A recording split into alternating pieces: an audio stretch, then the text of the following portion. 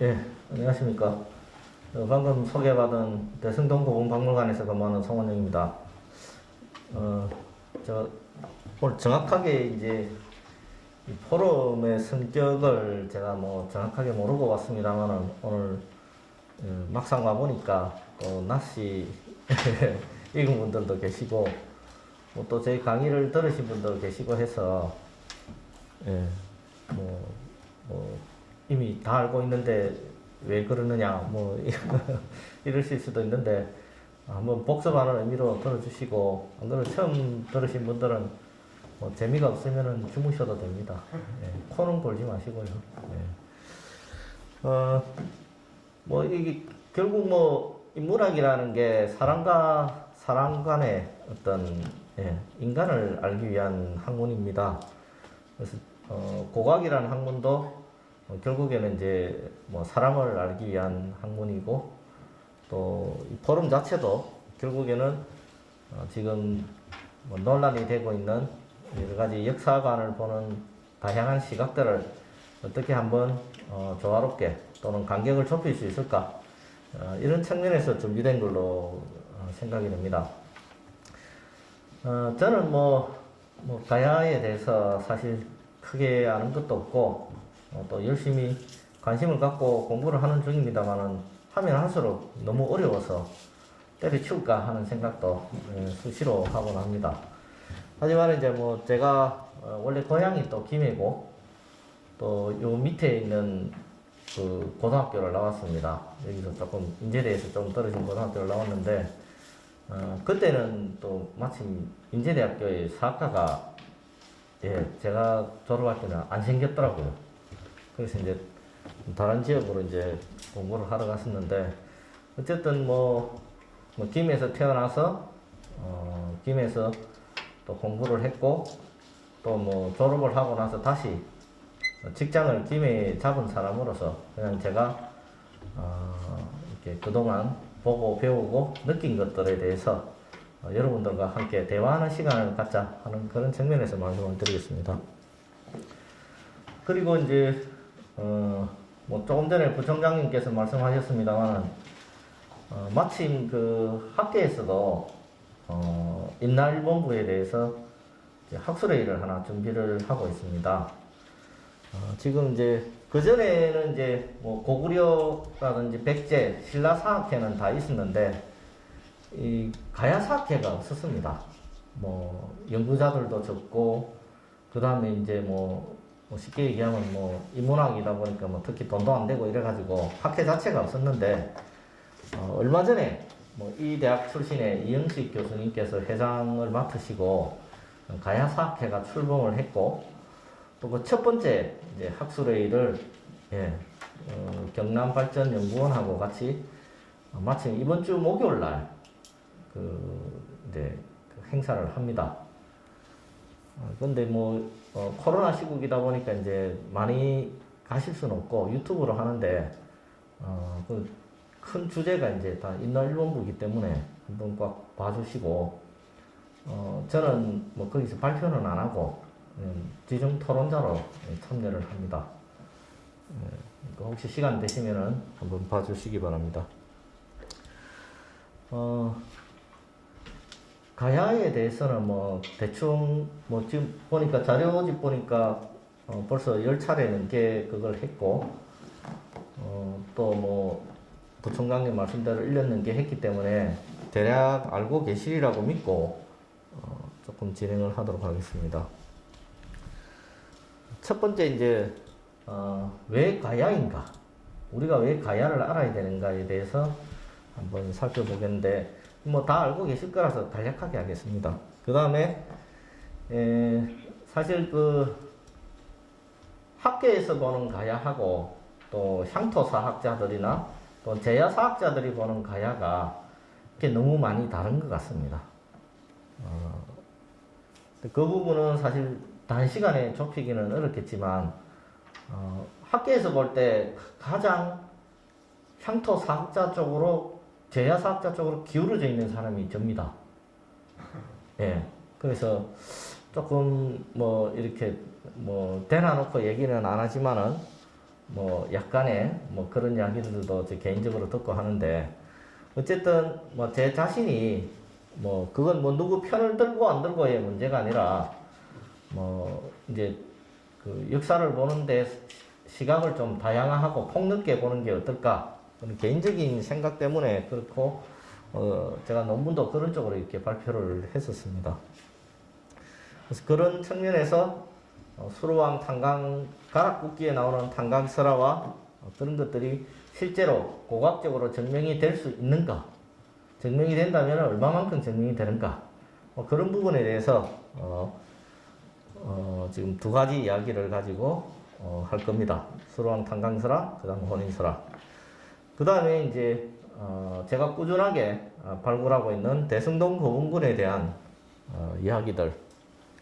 그 다음에 임나일본부 설에 대해서 뭐 제가 임나일본부 설을 들을 때마다 이런 생각이 듭니다. 아, 이게 바로 좀비구나. 여러분 좀비 아시죠? 대답 안 하시는 거 보니까 아무도 모르시는 것 같은데 저는 좀비 영화를 아주 좀 찾아보는 편입니다. 뭐 다 좀비라는 게 영화나 이런 것마다 조금씩 다르게 나오는데 가장 큰 특징이 하나가 있습니다. 죽었는데 다시 부활했다는 거. 그 다음에 끊임없이 아무리 죽여도 새로운 좀비들이 또 나오더라는 거죠. 임나일본부 역시 마찬가지입니다. 뭐 이거 폐기된 지 오래입니다. 하지만은 끝없이 뭐 되살아나서 뭐 우리 국민들을 괴롭히고 또 학계를 이렇게 혼란스럽게 하는 존재인 것 같습니다. 여기에 대해서 뭐 내일 모레 학회를 합니다만은 뭐 제가 간단하게 말씀을 드리도록 하겠습니다.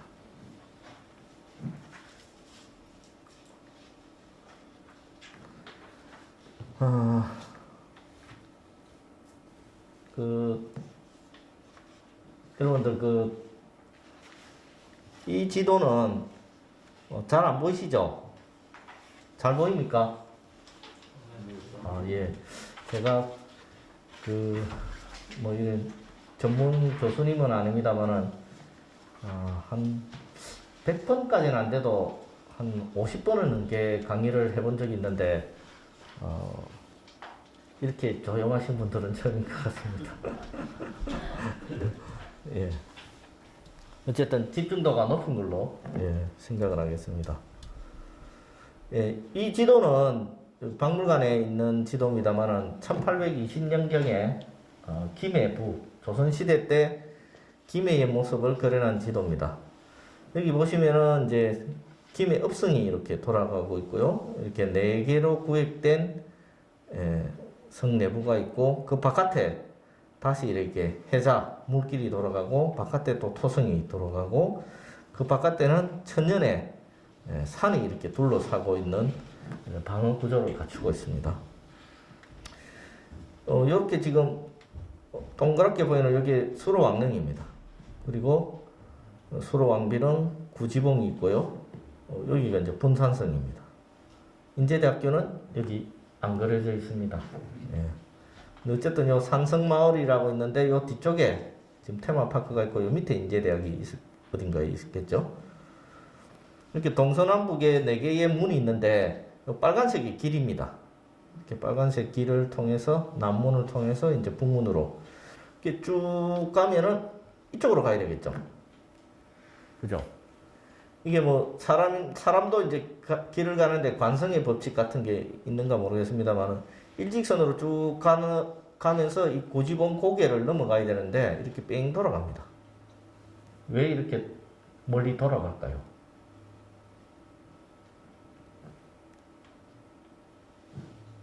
구지봉하고 왕비릉, 구지봉은 수로왕이 탄광했다고 전해지는 뭐 신성학문관이죠.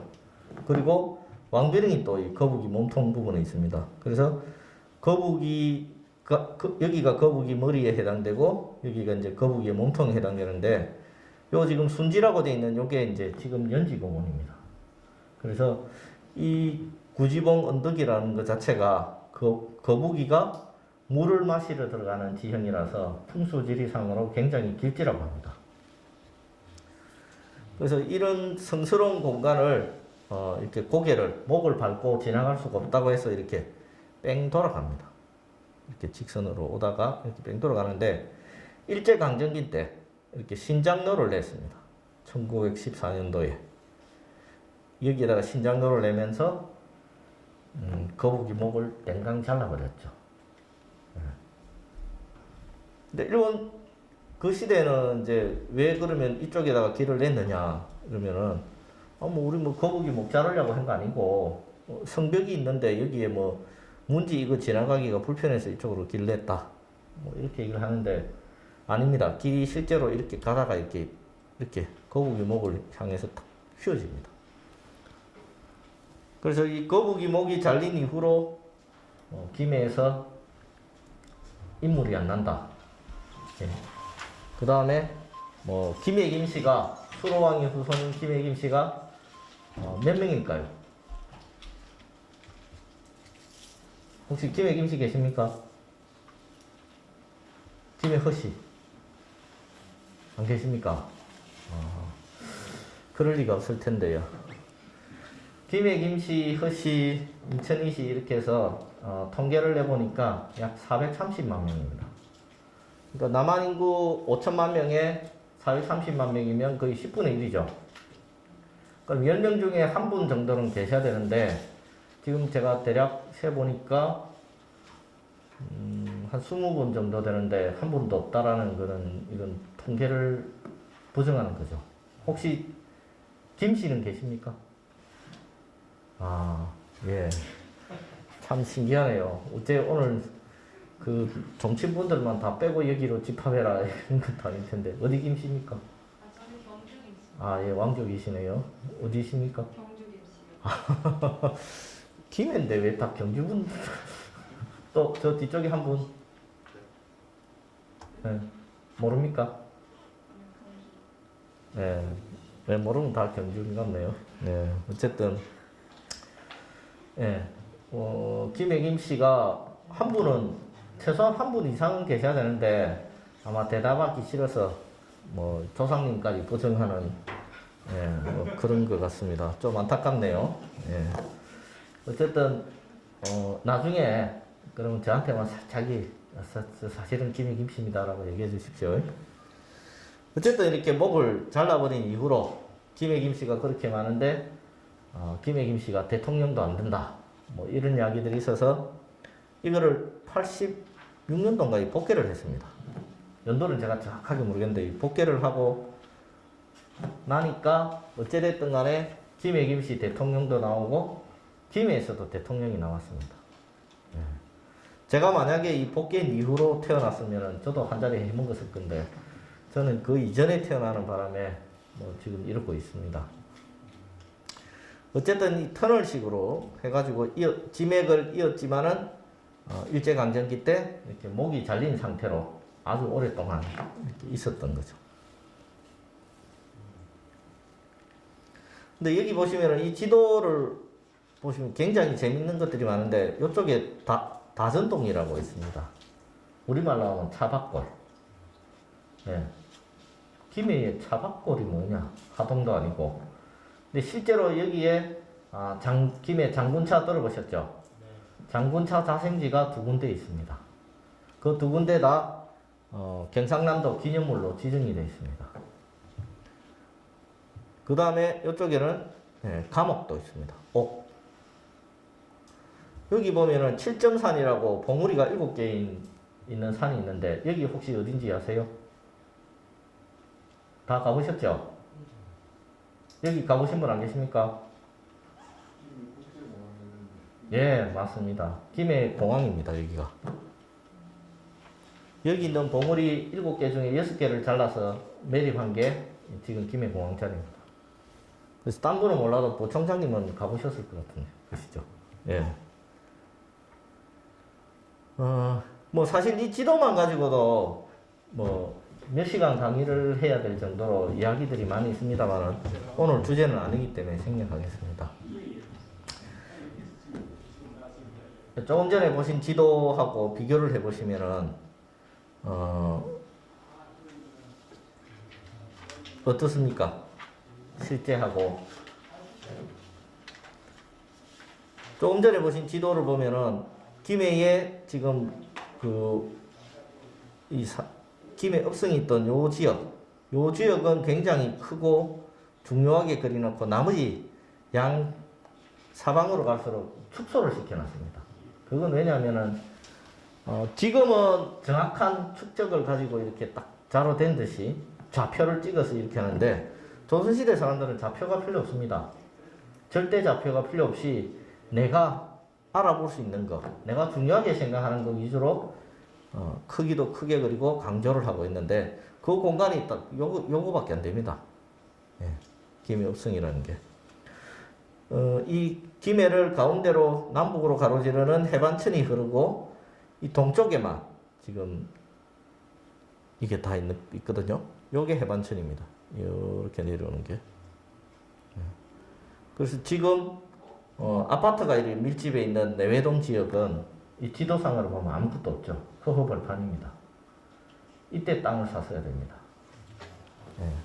그래서면 뭐 제가 뭐 거의 천하동인 대주주처럼 됐을 수도 있는데 그러면 가야 시대는 이 땅이 어떤 땅이냐면은 바다였습니다. 예. 여기가 수로왕릉이고 여기가 가야시대 궁궐이 있던 봉황동 유적입니다. 여기가 가야시대 사람들의 무덤이 있는 대승동 고궁굴이고요. 이쪽이 구지봉 수로왕비릉이 있는 자리입니다. 그래서 해반천의 동쪽 이쪽에는 가야시대 유적들이 있고 서쪽에는 가야시대 유적이 없습니다. 왜? 바다였으니까. 그래서 가야시대 사람들의 뱃길은 앞에 지도에서 보시는 것처럼 이 해반천을 따라서 이렇게 와서 이 봉황동 유적의 포구에서 이렇게 물건을 싣고 내리고 교육을 하고 살다가 대승동 고궁굴에 이렇게 묻히게 되는 거죠. 내외동 이쪽은 잔잔한 바다였던 거죠. 그러면 수로왕릉하고 왕비릉은 왜 대승동 고궁굴, 그러니까 가야 왕족들이 묻히는 대승동 고궁굴이 아니고 다른 곳에 있을까요? 수로왕릉은 몇 살까지 사셨습니까? 수로왕은 몇 살까지 사셨을까요? 158세.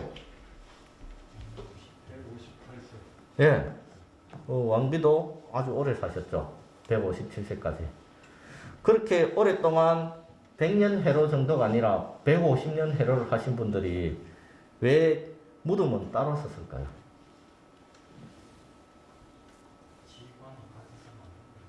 예.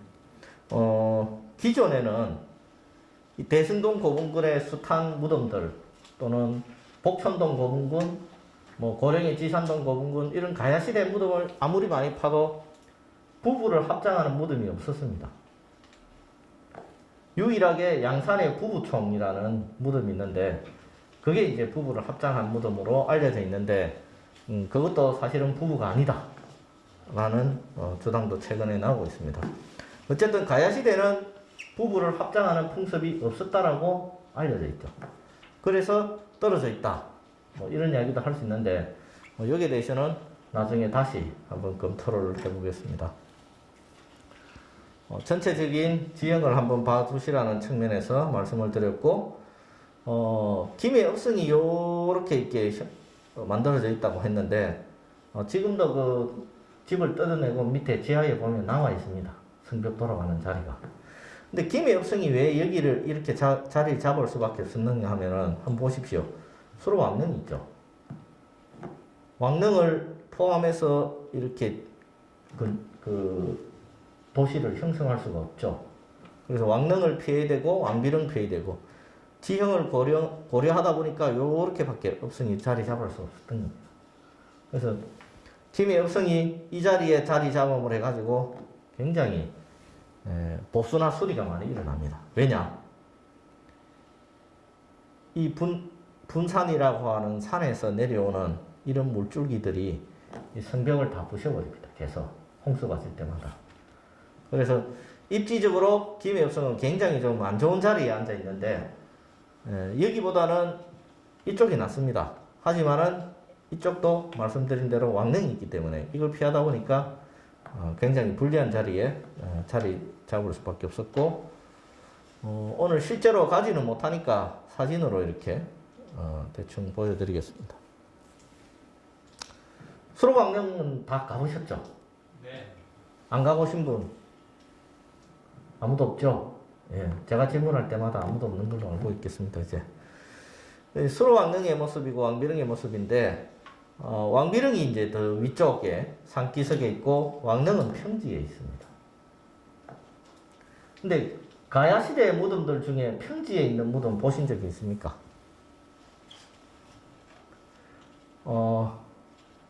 최근에 이제 가야의 7개 고분군, 뭐 김해, 함안, 고령 등등 해서 이제 7개의 가야 고분군이 유네스코 세계유산으로 등재가 됩니다.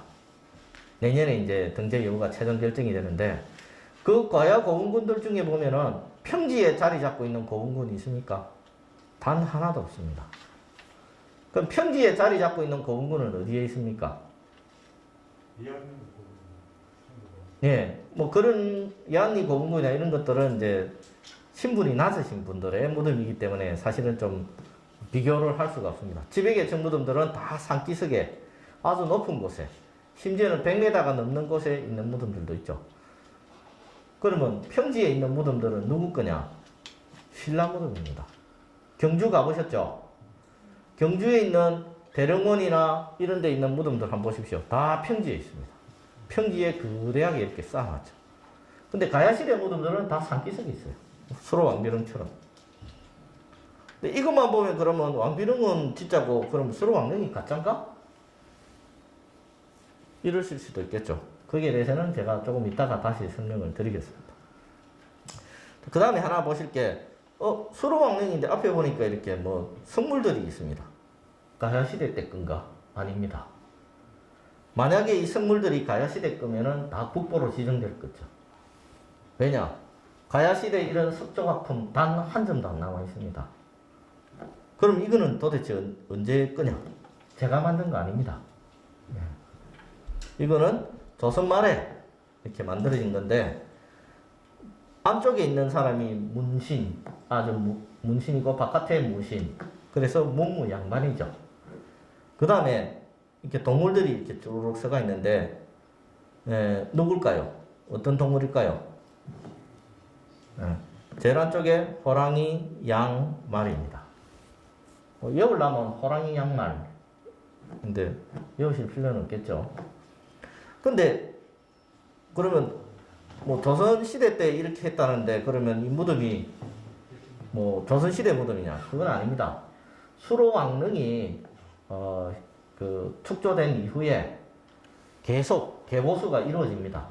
무려 2000년 가까운 세월이 흐르는 동안 계속 개보수가 이루어지는데, 그때 조선 시대 때 최종적으로 된 모습이 이렇지 않을까라고 생각하시겠는데 아닙니다.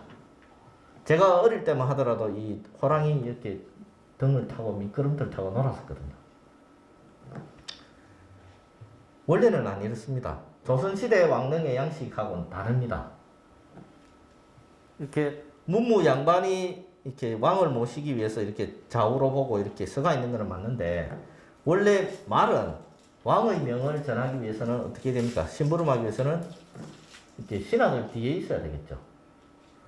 그리고 호랑이는 무덤의 수호신이기 때문에 바깥을 보고 있어야 됩니다.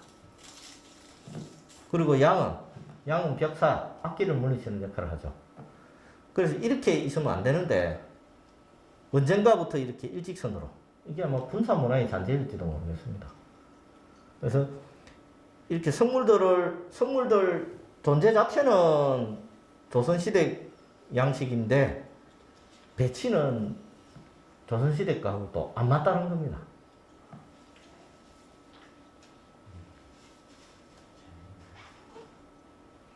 제가 근무하는 대성동보건박물관입니다. 멋있습니까? 예. 지금은 이 억새를 다 베버리고 잔디를 심어놨는데, 애견인들 때문에 미칠 것 같습니다. 그냥 조용히 개 끌고 와서 뭐 이렇게 산책하거나 이렇게 놀면 되는데 꼭 이 잔디밭이 넓고 하니까 막 뭐래 됩니까? 뭐 원반 던지기 이런 거 팍 하고 그 다음에 뭐 대소변 이렇게 안 치우고 소변은 괜찮아요. 뭐딴 잔디니까 뭐 스며들겠죠. 근데 뭐 똥을 이렇게 누고 뭐 이런 사람들이 많고 심지어는 이 잔디밭이 쫙 넓게 해놓으니까 골프 치시는 분들도 계시더라고요. 그래서 참 관리하는 입장에서는 좀 애매한 부분들이 있습니다. 근데 자, 뭐 제 이야기를 듣다 보니까 근데 왜 가야인데 왜 우리가 가야를 알아야 되느냐 라고 질문하실 수도 있겠죠. 우리나라 역사 제가 이제 학교 다닐 때 배울 때 하더라도 이제 다 고구려 백제 신라 중심의 역사고 또 그 이후를 가면은 이제 무슨 역사가 있느냐면은 바로 이게 중앙집권화가 돼야 되고 왕권이 강력해져야 된다라는 뭔가 모를 그런 그 압박감 뭐 그런 어떤 논지가 있었습니다. 무조건 중앙집권회가 돼야 나라가 평온하고 뭐 이렇게 나라가 잘 살게 되고 또 왕권이 강화돼야 이게 잘 된다. 이게 아마 그 당시에 어떤 정권을 잡았던 사람의 입맛에 맞추어서 아마 그게 된 것 같은데 어쨌든 그런 경향이 강했어요. 그런 측면에서 보면은 가야는 탄생부터 6개의 나라 또는 12개의 나라로 나눠져 있었고 그 다음에 결국에 통일까지도 안 됐습니다. 그런 시각에서 보면 가야는 정말 고대 왕국도 아닌 하잘것없는 잘 봐줘야 부족 영맹체의 나라가 아니냐. 그래서 뭐 공부할 게 뭐 있느냐. 거기다가 심심하면 나오는 좀비, 임날본부 이야기도 있으니까 가야는 공부할 필요도 없고 우리 역사에서 빼도 된다. 라는 그런 것들이 많았었죠. 하지만 지금은 시대가 바뀌었습니다. 지금은 지방 분권 시대죠.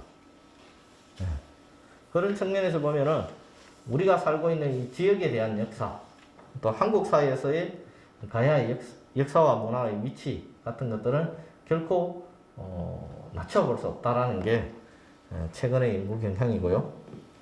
근데 특히나 그 학계에서 가야사에 대해서 이제 연구 성과가 뒤떨어질 수밖에 없었던 이유가 하나 있습니다. 공부할 게 없어요. 여기에 뭐 서울에서 내려오셔가지고 뭐 인제대에 아주 오랫동안 계셨던 이영식 교수님 뭐 가야사의 뭐 한 2세대 정도 되시는 분인데 퇴직하셨죠. 문헌적으로 가야 공부할 게 없습니다. 가야에 대한 기록 자체가 거의 없죠. 삼국사기, 삼국유사에 아주 단편적으로 신라를 하면서 잠깐, 뭐 고구려 하면서 잠깐, 백제 하면서 잠깐. 가야 자체의 역사가 없는 거죠. 삼국이니까. 제일 많이 남아있는 게 삼국유사 가락국기 편, 그것도 별책 부록처럼 이렇게 남아있는데 그것뿐이니까 연구할 게 없는 거예요. 뭐 연구를 할 거리가 있어야 학자가 논문도 쓰고 뭐 학위도 받고 또 교수가 되더라도 또 계속 발표를 하고 해야 뭐 점수를 받고 할 거 아닙니까? 근데 연구할 게 없으니까 안 하려고 하는 거죠. 그리고 그래서 가야에 대한 기록을 찾다 보니까 우리나라 것뿐만 아니라 중국 것도 찾아보고 일본 것도 찾아보고 찾다 보니까 어이구 일본 서기에 보니까 가야 기록이 많이 나오는 거예요. 물론 명칭은 다릅니다. 가야, 가라, 임나 뭐 다 비슷한 우리말을 이제 한자로 옮겨놓은 것들인데 거기에 보니까 뭐 잔뜩 나와요. 근데 이걸 그대로 쓰면 어떻게 됩니까? 바로 식민사학자가 되는 겁니다. 몽둥이를 맞는 거죠. 친일파가 되는 겁니다. 여러분 보고 드셔보셨죠? 보고 요리하고 똑같습니다. 잘 손질을 한 전문가의 손, 잘 손질한 전문가의 손에 조리된 보고는 우리가 먹을 수 있지만 조리가 안 된, 잘 못 장만된 보고를 먹다가는 그 독으로 죽게 되겠죠. 그것처럼 이 일본 서기에 나오는 인나 관련 기록들을 함부로 끌어들여서 쓰다가는 이제 매도당하는 거. 매도당해야 마땅하고. 근데 그걸 그나마 그걸 손대기가 어려워서 그거 안 해도 뭐 다 고구려 백제 신라 해도 다 먹고 사니까 손을 안 대고 있다가 그나마 그 일본 서기에 손대기 시작하고 그걸 비판적으로 수용한 제1세대가 여기 계셨던 이영식 교수님이었죠. 근데 뭐 그것 때문에 요즘 또 뭐 오해도 많이 받고 계신 걸로 압니다만은 어쨌든 뭐 공간은 다시 또 평가를 하더라도 그 보고를 처음 배를 갈라서 조리를 해보겠다. 그리고 그나마 그걸 어느 정도 소화시킬 수 있었던 거는 분명히 공이 있다라는 얘기입니다. 그 다음에 그렇지만은 그분들조차도 일본 서기에 대해서는 그렇게 그걸 걸러서 또는 비판적으로 수용을 해서 받아들일 생각을 했는데 삼국유사에 나온 가락국기에 대해서는 오히려 연구를 안 했습니다. 왜? 허황된 걸로 생각을 한 거죠. 왜 그렇게 했습니까? 삼국유사 자체도 독을 가지고 있었던 거예요. 자, 가락국기 첫 번째 보면 뭐라고 나옵니까? 서기 42년에 수로왕 탄강설화가 나오죠. 자, 탄강부터가 비과학적입니다. 비논리적입니다. 하늘에서 뭐 황금알이 내려와서 뭐 이렇게 왕이 됐다. 이걸 그대로 믿는 사람은 UFO 신봉자겠죠. 그냥 설화가 상징하고 있는 거는 어디까지나 그 신령스러운 왕의 왕권을 강조하기 위해서 그런 건데 그걸 곧이곧대로 믿으면 안 되는 겁니다. 비판적으로 수용해야 되겠죠.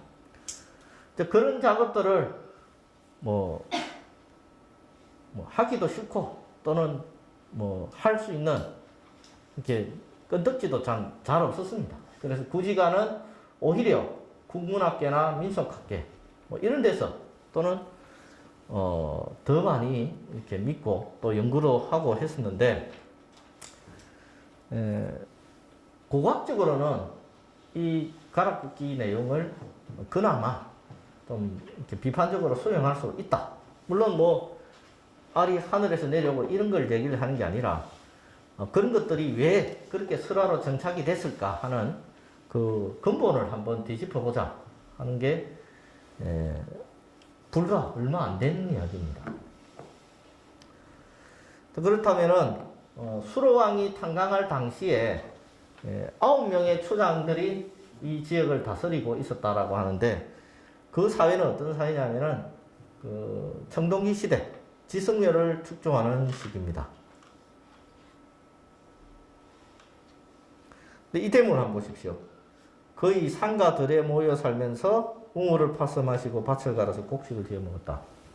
그냥 자연에 순응해서 그냥 뭐 있는 그대로 이렇게 상가들에 흩어져 살고 아무런 그 큰 사회를 이루지 못하고 그냥 뭐 거의 뭐 원시 상태 비슷하게 이렇게 살았다는 뜻입니다.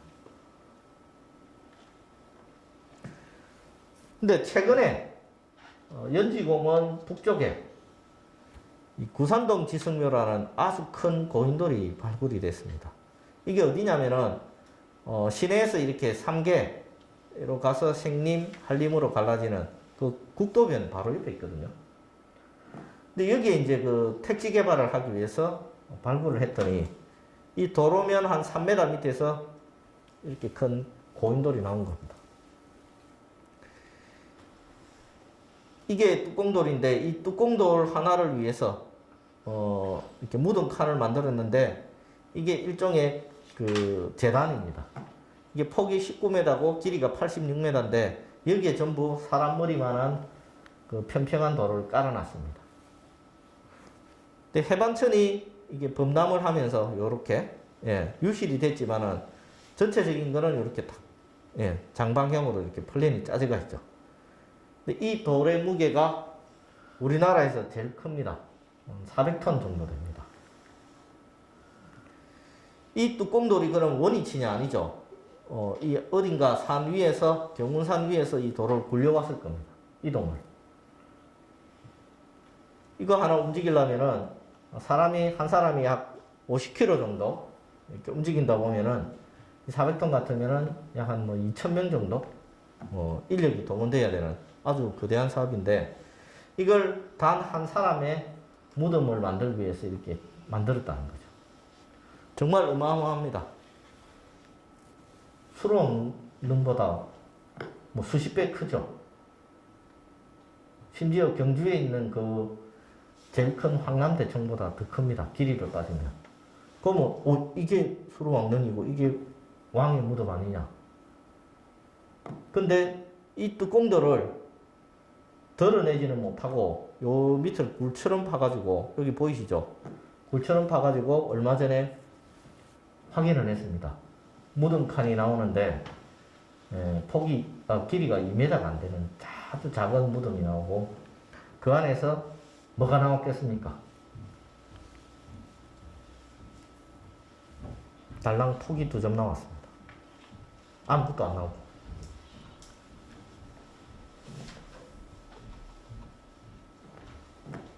그래서 왕의 무덤이 아니라는 거죠. 근데 이런 고인돌들이 어디에 있느냐면은 아까 보신 분해 지도를 확대한 사진인데 이렇게 더 있더라는 거죠. 근데 조선시대 사람들은 이런 집채만한 바위들을 보고 이름을 붙여놨는데 이런 것들이 이렇게 김해 시내에 많이 남아 있었던 겁니다. 근데 지금은 요 2개하고 수로왕릉 경내에 있는 요 2개하고 요거하고 딱 3개만 남아 있고 나머지는 다 없어졌습니다.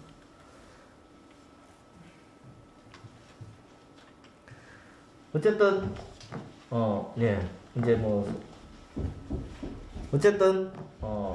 가야 이전에 수로왕 탄광 이전에 이 지역을 다스리던 9명의 추장들의 무덤이 실제로 김해 지역에 있었다라는 게 증명이 되었죠.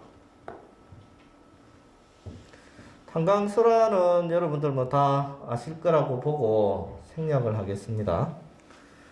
이건 옛날에 구지봉에 있던 석조물입니다. 지금은 없습니다. 탄광설화 내용 그대로 해놨죠. 6개의 알, 황금 상자, 그 다음에 6마리의 용, 9마리의 거북이가 이걸 알을 지키고 있는 형태로 되어 있는데 이건 옛날에 이제 그 김해 김씨 후손이면서 누굽니까 그 국회의원도 하신 그 다음 회사도 아주 큰 걸 재벌이었던 분이 후손의 입장으로 이걸 만들어놨는데 이거 자체가 유적을 훼손했다고 해서 다 철거를 하고 묻었어요. 그래서 지금은 안 남아있고 요 알은 지금 왕릉으로 옮겨놨습니다. 근데 가락국기 내용 중에서 고각적으로 사실은 증명이 된 게 이 수로왕이 축조한 나선, 토성 기사입니다. 수로왕이 이제 알에서 탄광하고 알에서 깨어나자마자 보름 만에 성인이 되었다고 하거든요. 어른이 되었다. 그리고 왕이 된 지 2년 만에 신답평에 가서 이렇게 1500보둘레의 나선과 궁궐 전당을 짓고 돌아갔다. 뭐 이 기록이 나오는데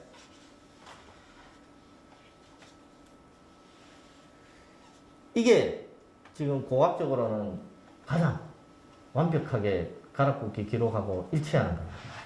물론 시기는 안 맞습니다. 수로왕이 저기 한 2년에 같으면 뭐 1세기겠죠. 근데 이 토성은 4, 5세기경 만들어진 걸로 지금 보입니다. 물론 완전하게 발굴을 하면은 시기가 더 올라갈 수도 있을지도 모릅니다. 하지만 지금까지 확인된 거는 4, 5세기경입니다. 그러면 빨리 발굴하면 되지 뭐 하고 있느냐? 놀고 있는 건 아닙니다.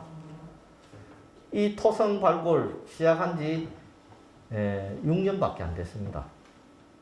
경주는 지금 그 반월성이라고 가야시대 이 토성하고 똑같은 게 있는데 그거 지금 뭐 수백억 들여서 발굴하고 있고 거기에 뭐 제 후배들도 있습니다만은 발굴비를 다 못 쓰겠다 할 정도로 국가에서 막대한 예산을 투입해서 지금 발굴을 하고 있는데 우리는 결국 기껏해야 지금 1년에 발굴비 한 3억 정도밖에 안 됩니다.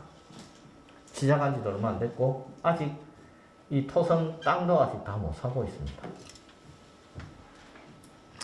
어쨌든 이 기록들이 제일 정확한데 지금 봉황동 쪽에 왕릉에서 해운동 사무소 가는 길에 있습니다. 이 보시면은 도로 밑에 한 30cm 정도 이 도로 확장하려고 이제 파니까 그 밑에서 토성이 나온 겁니다.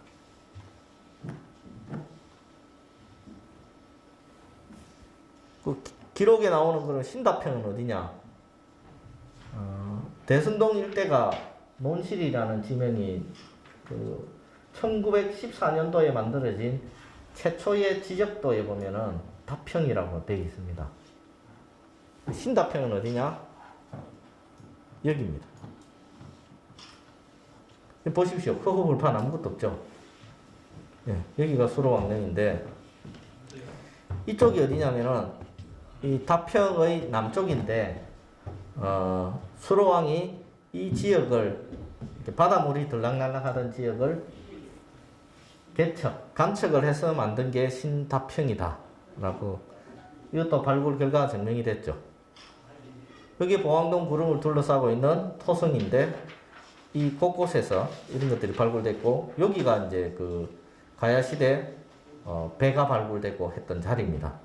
그 옆에 보니까 이렇게 나무를 세워서 만든 고상가옥, 창고 이런 것들이 발굴됐었는데 이런 걸로 봐서 여기가 신다평이고 나성 축조 기록이 정확하다는 게 여기서 증명이 됐죠. 얼마 전에 이제 또 경남도 의회에서 우리 그 수로왕비 혼인 설화에 대해서 이제 도명 스님께서 이제 열강을 하셨습니다. 근데 저는 뭐 그 루트를 뭐 얘기하고자 하는 건 아니라 그 신행길의 의미가 뭐냐? 예. 신행길의 의미가 뭐냐에 대해서 좀 주목을 하고 있습니다. 수로왕비가 이제 혼인하러 오셨죠. 근데 무사히 뭐 때문에 왔느냐? 그 근대화 이전에 이렇게 사람이 다른 지역에 가는 이유는 여러 가지가 있지만은 자, 첫 번째 뭐가 있을까요? 네, 교육을 위한 거, 또 쫓겨가는 거. 네. 자기가 살던 땅에 기근이나 전염병이나 안 그러면 다른 외지에서 쳐들어와 가지고 피난 가는 경우가 있습니다. 또 하나는 어디 있을까요? 뭐가 있을까요? 교육, 네. 또 피난. 네. 대표적으로 들 수 있는 게 그거 말고 포교를 위해서도 있습니다.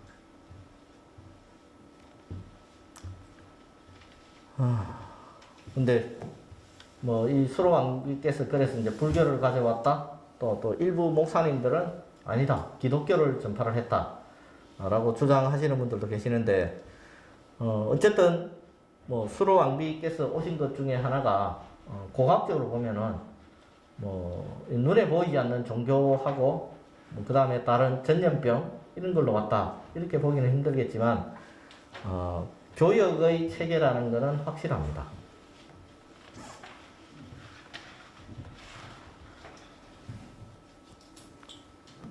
가야 중심 포구에 있었던 봉황동 유적에서 발굴된 배입니다.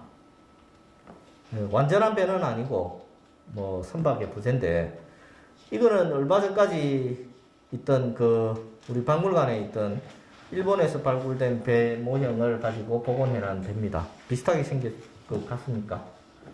네. 이게 제작한 지도 오래됐고 요거는 발굴한 지 그렇게 오래는 안 됐습니다. 근데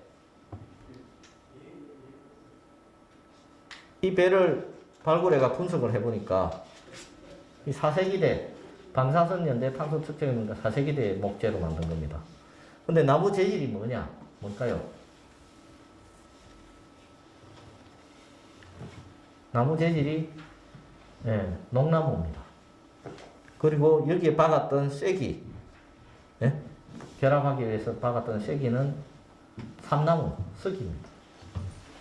농나무나 삼나무 다 일본에서 나는 겁니다.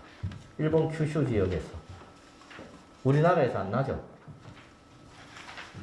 그러면 이 배는 어디서 만든 배냐? 최소한 목재 자체는 일본에서 만든 목재라는 겁니다. 그러면 두 가지 가능성을 생각해 볼 수 있죠. 배 자체가 일본 배고 여기서 침몰했다. 또 하나는 일본에서 목재를 수입해서 여기서 만든 가야시대 배, 가야의 배다. 근데 어느 게 더 합리적일까요? 목재를 여기까지 가져올 이유는 별로 없겠죠. 그렇다면은 일본 배라고 보시는 게 타당합니다. 그러면 가야의 수도가 있던 왕궁이 있던 항구에서 일본 배가 발굴됐다. 이게 옛날 본부냐? 그렇게 생각하실 필요가 없습니다. 왜냐?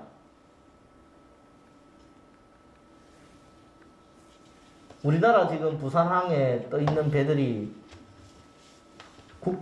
우리나라 국적을 가진 배가 몇 척 있을까요? 반도체 실어 나를 배들 우리나라 배입니까? 아니죠. 항구라는 거는 어느 나라 배들이 다 들어올 수 있죠. 우리나라 배만 들어올 수 있다면은 거의 항구가 활성화 되겠습니까? 일본 배라도 상관없습니다. 뭐 신안 앞바다에 우리나라 고려 배도 있지만은 중국 송나라 배들도 있고 원나라 배도 있고 이렇습니다. 그건 당연한 거죠. 일본 배라도 상관없는 게 여기에 가야의 철을 우수한 가야의 철을 가져가려면은 목숨 걸고 일본 애들이 와야 되는 거죠. 우리는 팔아먹을 때가 천지입니다.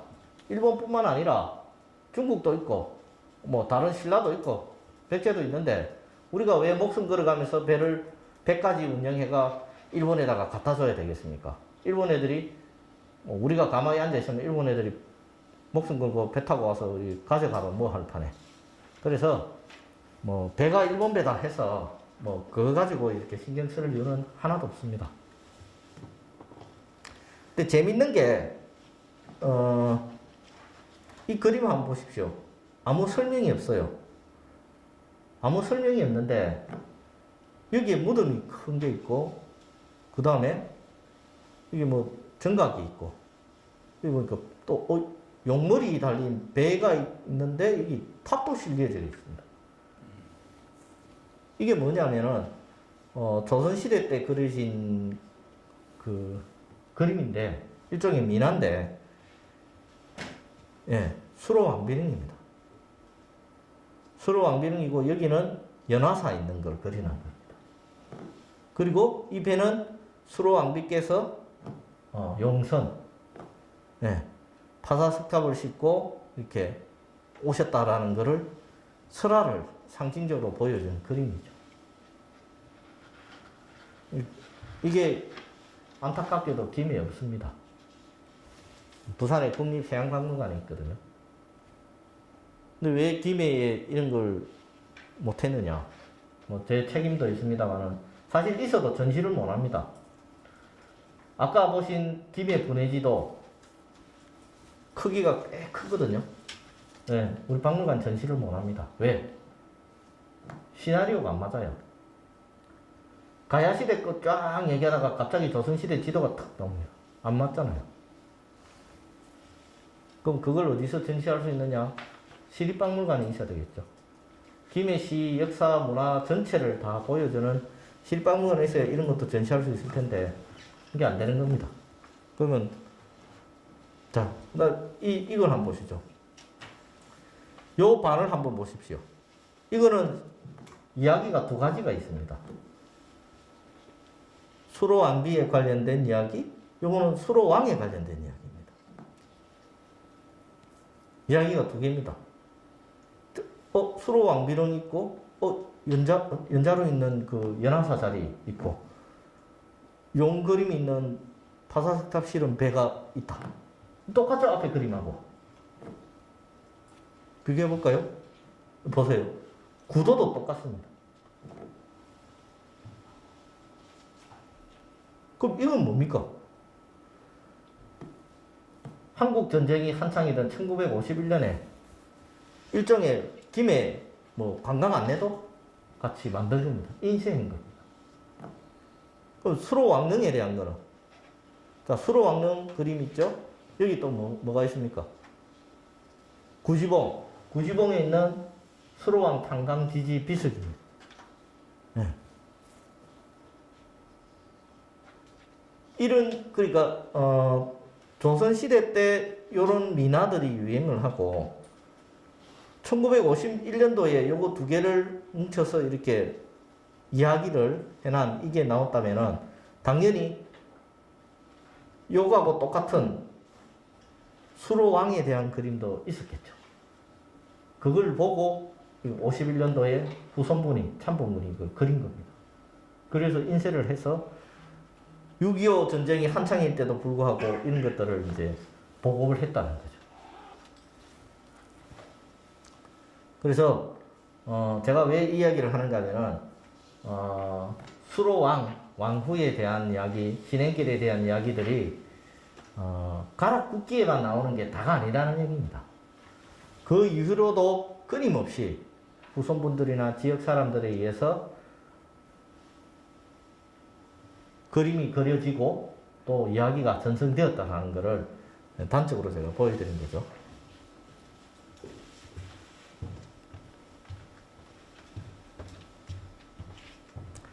그렇다면 수로왕과 왕비에 대해서 실존 인물이냐 물으신다면 저는 답할 수가 없습니다. 제가 만난 적도 없고 뭐 알에서 태어난 걸 본 적도 없기 때문에. 하지만 그 설화를 통해서 유추할 수 있는 것들을 보면은 수로왕은 적어도 하늘에서 내려왔다라고 되어 있으니까 북방에 대륙에서 내려오신 분이고, 수로왕비는 바다를 통해서 오신 분이기 때문에 남방의 해양 문화를 상징하는 분이 아닐까라고 주장하고 있는데, 그렇다면 이 아유타국 수로왕비의 고향은 그럼 어디냐? 우리가 보통 알고 있는 인도 아유디아냐, 아니면은 뭐 김병모 교수의 주장대로 중국 사천성이냐, 아니면은 또 다른 분들의 주장대로 일본이냐, 이런 것들이 이야기가 되겠죠. 근데 가야 시대 때 또는 그 이전부터 이 지역 김해를 비롯한 경남 일대에서 발굴된 유물들을 개통을 살펴보면은 두 개가 혼재되어 있습니다. 김해는 이렇게 네모해가지고 확대를 해놨죠. 너무 많이 나오니까. 너무 많이 나오니까 다른 지역에는 이렇게 몇 개씩 나오는데 김해는 와장창 나옵니다. 그래서 이제 확대를 해가 이렇게 표시를 해놨는데, 대륙계 유물, 그 다음에 해양계 유물들이 다 나옵니다. 그러니까 여기가 김해가 이 시기에 교역의 중심이라는 것을 알 수가 있는 자료들이죠. 실제로 대승동 고분군 발굴해 보면 마찬가지입니다. 이런 대륙계 유물들이 나오고 있는데, 그렇다면 단순히 수입만 하고 끝이냐? 아닙니다. 이 유물 한번 보십시오. 요거는 고구려하고 전쟁을 했던 3년 연나라의 오리지널 유물인데 청동으로 만든 겁니다. 그런데 요거는 철제로 만든 겁니다. 모양이 거의 똑같죠? 요건 가야에서 만든 겁니다. 이걸 모방해서 만든 거죠. 그래서 가야 시대 사람들은 단순히 수입만 한 게 아니라 이 우수한 문화를 받아들여서 이렇게 스스로 체화를 한 거죠. 이거는 그럼 뭐냐? 말에 붙이는 장식입니다.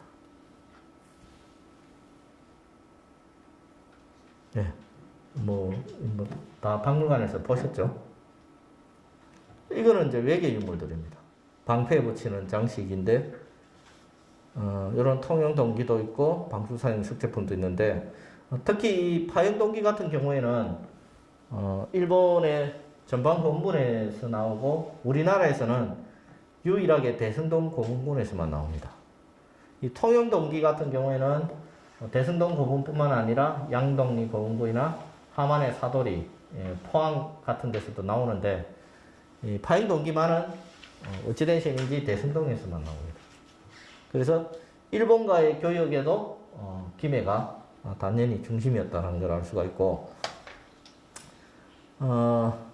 아까 본 배하고는 다릅니다만은 요거는 진영 열애리 노무현 대통령 생가 들어가는 그 입구에 있는 그 택지 개발하면서 나온 그래서 이제 무덤 안에서 나온 유물인데 요게 이제 가야의 배 모양입니다. 일본 배하고 좀 모양이 다르죠. 그래서 이거는 바닥이 평평하기 때문에 아마 강배가 아닌가. 예.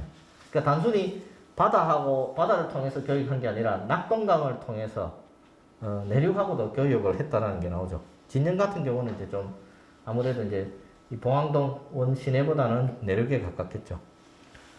근데 대승동 고분군에서 아주 재미있는 또 발굴이 하나 있었습니다. 예. 뭐냐?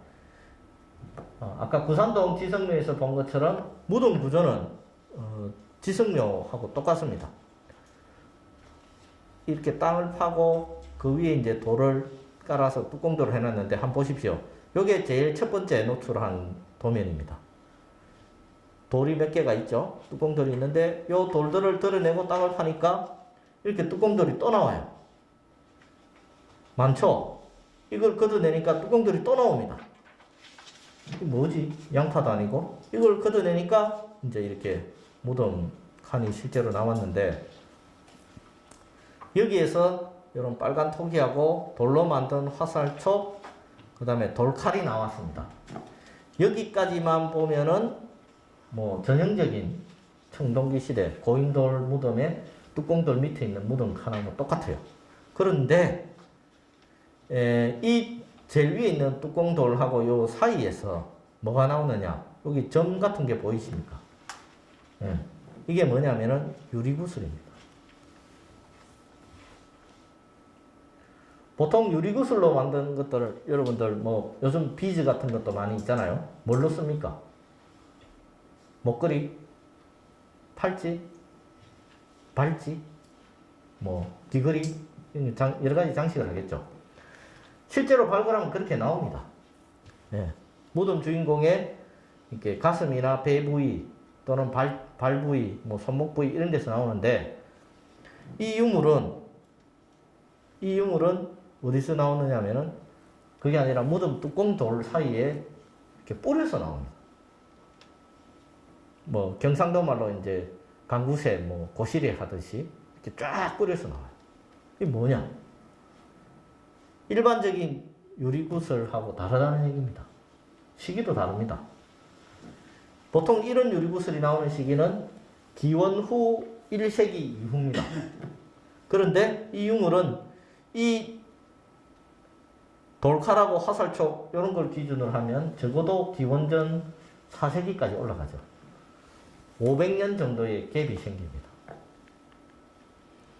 유리구슬을 기준으로 하면은 이 무덤 자체가 기원 후 1세기대의 무덤이 돼야 되고 유리구슬을 빼면은 기원전 4세기대께 돼야 됩니다. 시기를 언제로 봐야 될까요?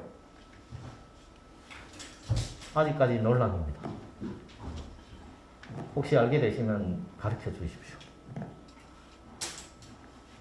그리고 이 유물은 이쁘죠? 예, 갖고 싶습니까? 예. 우리 박물관에 전시되어 있는 유물인데 가야시대 목걸이 중에서 보물로 지정된 3점 중에 하나입니다. 예. 그래서 펼치면은 총 길이가 4m가 넘고요. 목걸이 하나하나 다 살리 보니까 2,000개가 넘는 근데 수정으로 돼 있고 또는 만호 유리구슬로 이렇게 구성이 되어 있습니다. 왜 제가 이걸 보여드린다면은 중국 기록에 그게 나옵니다. 가야 사람들은 금, 은을 안 좋아하고 유리구슬을 좋아한다라는 기록이 있는데 그것처럼 이게 굉장히 유리구슬이라든지 이런 구슬용 옥류가 많이 나오는데 그 중에 이제 가장 대표적인 것 중에 하나이기 때문에 제가 보여드리고 그러면 이 옥하고 관련된 인물이 누구냐 하면은 허황옥입니다. 이름에 옥이 들어있죠. 누를황 구슬옥. 그래서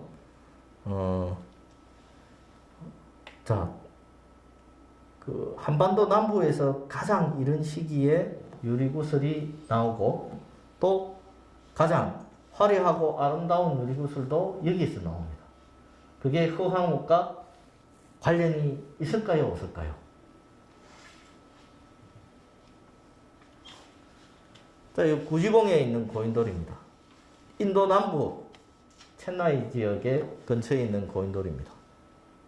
비슷하죠? 이 고인돌 문화가 전 세계적으로 다 있습니다. 스페인에도 있고 프랑스에도 있고.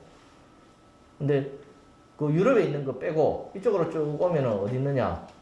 인도에서 출발합니다. 인도 남부에서. 인도네시아 거쳐서 그 다음에 그럼 바닷길을 통해서 오네? 그럼 일본에 있을까요? 없을까요? 일본 안 가봐서 모릅니다. 예, 가봐야 합니까? 일본에 있습니다. 근데 재밌는 게 일본에 그러면 큰 4개의 섬에 다 있느냐? 아니고 우리나라하고 제일 가까운 큐슈에만 이 고인돌이 있습니다. 나머지 3개의 섬에는 고인돌이 없어요. 그리고 우리나라, 그 다음에 중국 만주, 서해안 일대, 황해 일대만 있습니다. 중국 내륙에는 또 고인돌이 없거든요. 이 분포 범위를 쭉 보시면은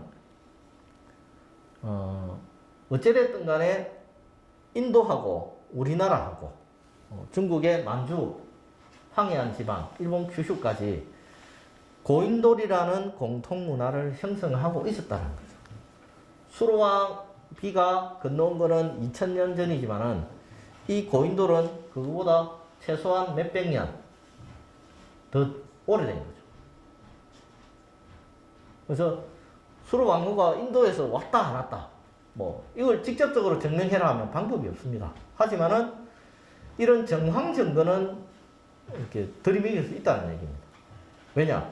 고인돌이라는 공통의 문화를 가지고 있으니까. 왕비가 그냥 올 때 무작배기로 왔느냐? GPS도 없는데, 내비도 없는데, 어떻게 왔을까요? 뭔가 사전에 정보라도 있었을 거 아닙니까? 그렇게 본다면은, 공통의 고인돌 문화를 가지고 있다는 측면에서 보면은 충분히 이 가야에 대해서 알고 왔을 수도 있다라는 게 제 이야기입니다. 이런 얘기하면 학교에서 저를 야려보겠죠. 그런데 요거는 작년 8월 달에 발굴한 대승동 108호 무덤입니다. 여기 뭐 도명스님도 계시는데 무덤 호수는 어떻게 붙이느냐? 제 마음대로입니다. 제일 먼저 판 거 1호분, 그 다음 2호분 이렇게 쭉 하는데 그럼 한꺼번에 여러 개 팔 때는 어쩌느냐? 그때는 이제 제일 중요하고 뭐 의미가 있겠다 싶으면 그분을 줍니다. 그래서 1호분, 2호분 이렇게 주는데 마침 이거 팔 때 100번에서 110번대, 20번대 이렇게 할 때거든요. 그래서 이 무덤이 여기 보시면 이쪽 다 날아가고 이쪽 다 날아가고 양 사방이 다 파괴가 되고 요것만 딱 섬처럼 남았습니다. 파기 전에 딱 땅을 닦아 보니까 아 이거 도굴이 안 됐구나. 중요하겠다. 그래서 기억하기 쉬운, 제가 머리가 나쁘기 때문에 기억하기 쉬운 108호를 이렇게 붙였어요. 근데 무덤을 파다가 108번뇌가 일어나서 저는 종교가 없습니다만 죽을 뻔했습니다. 근데 왜 번뇌가 일어났느냐? 굉장히 고민스러워요. 이 발굴을 하고 나면은 2년 안에 발굴 보고서를 내야 됩니다. 법적으로. 근데 그래서 내년 8월 달까지 보고서를 내야 되는데 굉장히 지금 고민스럽습니다. 무덤 자체는 대승동 고궁군에서도 평지에 있고 또 규모도 크지가 않습니다. 뭐 한 6m 정도밖에 안 되기 때문에 대승동 고궁 다른 지역에 뭐 예안이나 칠산이 이런 데 가면 제일 큰 거지만은 대승동에서는 잘해야 중급 내지는 중하급 정도밖에 안 되는 규모의 무덤인데 왜 중요하느냐? 도굴이 전혀 안 됐다. 가야 무덤의 99.9%가 다 도굴됐습니다. 제가 파본 가야 시대 고궁 중에서 도굴 안 된 무덤이 딱 2기가 있었는데 요 무덤이 2번째입니다. 그 정도로 다 도굴이 됐는데 기적적으로 도굴도 안 되고 파괴도 안 됐습니다. 근데 그럼 뭐가 문제냐? 좋지. 예. 이 바닥에 철길 레일처럼 깔린 게 뭔지 아십니까? 등이십니다. 철정이라고 하는. 이게 그 20매가 이렇게 쫙 깔려가 있습니다. 하나, 둘, 셋, 넷, 다섯, 여섯 이렇게. 20매, 20매, 그러니까 40매가 쫙 깔려 있죠. 이거 보면은 가야 시대 사람들도 십진법을 썼다라는 걸 알 수가 있겠죠. 근데 40매가 쫙 깔려가 있는데, 이걸 돈처럼, 예, 지금으로 치면 금괴를 깔아놨다 보시면 되는데, 돈처럼 썼다라는 기록이 나오죠.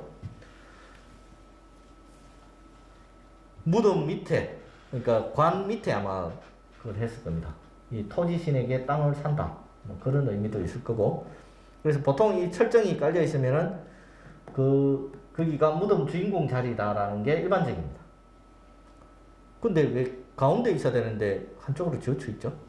어쨌든 무덤 주인공 자리가 여기다.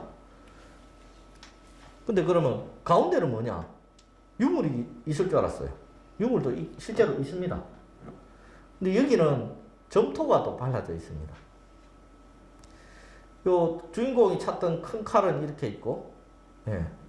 그 다음에 여기는 이제 그게 있고, 토기가 이렇게, 이렇게 뭐 기역자식으로 있는데, 이 무덤에는 순장자가 또 있었습니다. 이 토기 밑에. 예. 무덤 주인공을 위한 순장자가 이렇게 있었고, 인골도 여기에 한 분, 여기에 한 분, 이렇게 두 분이 발굴이 됐습니다. 그래서 그렇다면은, 이 무덤의 주인공이 누구냐? 가운데 있는 분이냐? 아니면은 철정을 깔고 있는 이분이 주인공이냐? 이분이 소지한 걸로 보이는 거는 큰 칼도 있고, 화살초, 뭐 도끼, 뭐 창, 뭐 이런 것들이 있고, 요 가운데 있는 분은 철정은 없는데, 아주 화려한 목걸이를 하고 있습니다. 근데 그 목걸이 재질이 뭐냐면은, 일본 시마네에서 제작한 관옥들입니다. 그리고 청동 화살초 이런 것들이 40개 넘게 우리나라 발굴한 고분 중에서 가장 많이 나왔습니다. 물론 도굴이 안 돼서 그런 것도 있겠지만은 그 다음에 각종 뭐 청동 거울이라든지 이런 것들이 나오는데 하여튼 정리를 하자면 요 철정 위에 있는 분은 칼이나 이런 무기로 봐서 아마 남자일 것 같아요. 투구도 있고. 그리고 이쪽에 있는 분은 목걸이라든지 이런 것들이 또 화려하고 그 다음에 외계 유물들이 많아요. 아마 여자로 생각이 됩니다. 그럼 뭐냐? 아까 뭐 부부 무덤 없다더니 부부 무덤이네. 그럴 수도 있습니다. 남녀 부부 무덤일 수도 있고 그렇다면 가야시대 무덤 중에서 최초로 확인된 부부 무덤입니다. 아니면은 이 두 분 중에 한 분이 순장자일 수도 있다. 그럼 누가 무덤 주인이고 순장자일까요? 너무나 어려운 숙제입니다. 전 모르겠습니다. 그래서 저는 일단 이 두 분이 부부고 순장자는 이 발치 쪽에 토기 밑에 깔려 있는 분이 순장자고 그래서 두 분이 다 주인공이다. 남녀고 두 분이 다 주인공인데 출신지가 그럼 어디냐? 이분은 확실하게 가야 제지의 인물입니다. 나오는 유물들을 봤을 때. 근데 이분은 유물을 봤을 때는 부정할 수 없이 외계 인물입니다. 그래서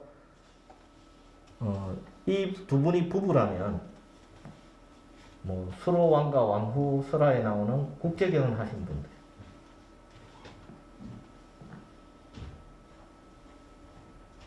이걸 어떻게 정리해야 될지 번뇌가 있겠죠. 말로는 이렇게 할 수 있는데 이걸 보고서를 쓰려면 정말 머리가 아플 수밖에 없습니다. 혹시 여러분들 좋은 생각이 있으면 저한테 좀 죽비로 한 대 때려 주시면 좋을 것 같습니다. 그 무덤이 어디서 나왔느냐? 여기에서 나왔습니다. 여기 발굴하기 이전에, 발굴할 당시에 정비사업 하기 이전에 대성공 고분분 사진입니다. 어떻습니까? 멋지죠? 예, 뭐 각종 공장, 이거는 보신탕집입니다. 각종 공장, 쓰레기 하치장, 뭐 그다음에 여기는 태강시르 기숙사, 이것도 공장. 조금 전에 이 공장 지으면서 기초하다가 다 날아가고 고무등 하나만 달랑 이렇게 살아남을 수 있었는데, 이게 지금 정비하기 전에 이 위쪽은 어때요? 다 밭이죠. 예. 제가 초등학교 때 여기서 놀았습니다. 제가 이 근처에 있는 학교 합성초등학교를 나왔거든요. 여기 합성초등학교 나오신 분 안 계시죠? 예, 이제 안 묻겠습니다. 예.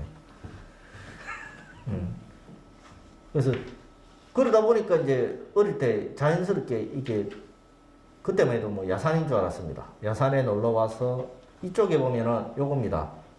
예, 도굴된 석강묘가 하나 있었습니다. 그게 제가 어릴 때는 동굴인 줄 알았거든요. 거기에 들어가서 이렇게 이 밭에 있던 무서리 이런 거 해가 먹고 뭐 친구들하고 본보로 삼아서 놀고 있었는데, 근데 이제 제가 지금은 이 무덤들을 지키는 관리하는 역할을 하고 있죠.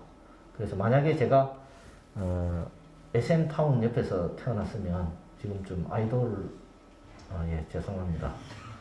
주무시는 분들 잠이 번쩍 깨시라고 제가 쓸데없는 소리 했습니다. 예. 저도 제 거울 보고 삽니다. 예. 어쨌든 그 교육 환경이 아주 중요합니다. 그러니까 대승동 고분 이런 옆에 사지 마시고 혹시 결혼하게 되시면은 좋은 환경에서 애를 키우시기 바랍니다. 여기는 지금 우리 주차장이 있는 자리입니다. 예. 어쨌든 정비 사업을 하기 전에는 굉장히 이제 열악했는데 지금은 싹 정비해서 잔디를 심고 바꿔놨죠. 네, 이렇게 정비를 싹 해놨는데, 대승동 고분군의 분포 범위가 발굴할 당시만 하더라도 요만큼인 줄 알았는데, 최근에 이제 발굴해 보니까 그쪽에 옆에 있던 남쪽에 있던 수롱원 자리, 옛날 콩수로 농장이 있던 자리에도 고분군이 있었고, 길 건너 시민의 종 있는 그 옆에도 이 고분군이 다 있었더라고요. 그래서 고분군은 북쪽의 낮은 지역에서 남쪽의 높은 지역으로 고분군이 지속이 되었고, 3세기, 4세기, 5세기 이런 식으로, 여기는 6세기. 예. 그리고 능선 위에는 최고 지배계층의 무덤들이 있고, 사면부나 평지에는 그보다 신분이 낮은 사람들의 무덤이 있습니다. 아까 그 무덤은 이쪽에 있었던 거죠. 네, 108호구는. 예. 다 발굴 안 하고, 예, 띄엄띄엄 중간중간에 있는데, 보시는 것처럼 이제 무덤을 쓴 데다가 또 쓰고 이러니까 굉장히 복잡합니다. 그래서 이 대승동 고분군의 총 고분수가 몇 개냐 물으면 저는 답할 수가 없습니다. 모릅니다. 왜? 이렇게 딱딱 떨어져 있으면은 뭐 단위 면적당 뭐 고분군 분포 산수만 하면 나오는데, 쓴 데다가 또 쓰고 뭐 이러니까 몇 개인지 알 수가 없죠. 표에는 9차까지 이렇게 해놨는데, 한 번 더 말씀드린 대로 작년에 발굴을 했습니다. 거기서 가야시대 무덤만 나오는 게 아니라 이런 청동기 시대 지성묘도 나오고 있습니다. 네. 아까 도면으로 보신 그 84호 지성묘인데, 그 이후 이제 3세기 때가 되면은 이런 사람 한 무릎 정도 깊이, 예, 그 정도 깊이, 그 다음에 이제 폭이 넓고, 예, 이렇게 얕은 이런 무덤들을 해서 하는데, 요 29번이 이제 그 노철 전시가 만들어낸 무덤입니다. 거기에서 금동관도 나오고 해서 가야 최초의 왕묘가 아닌가 이렇게 주장하시는 분도 계십니다.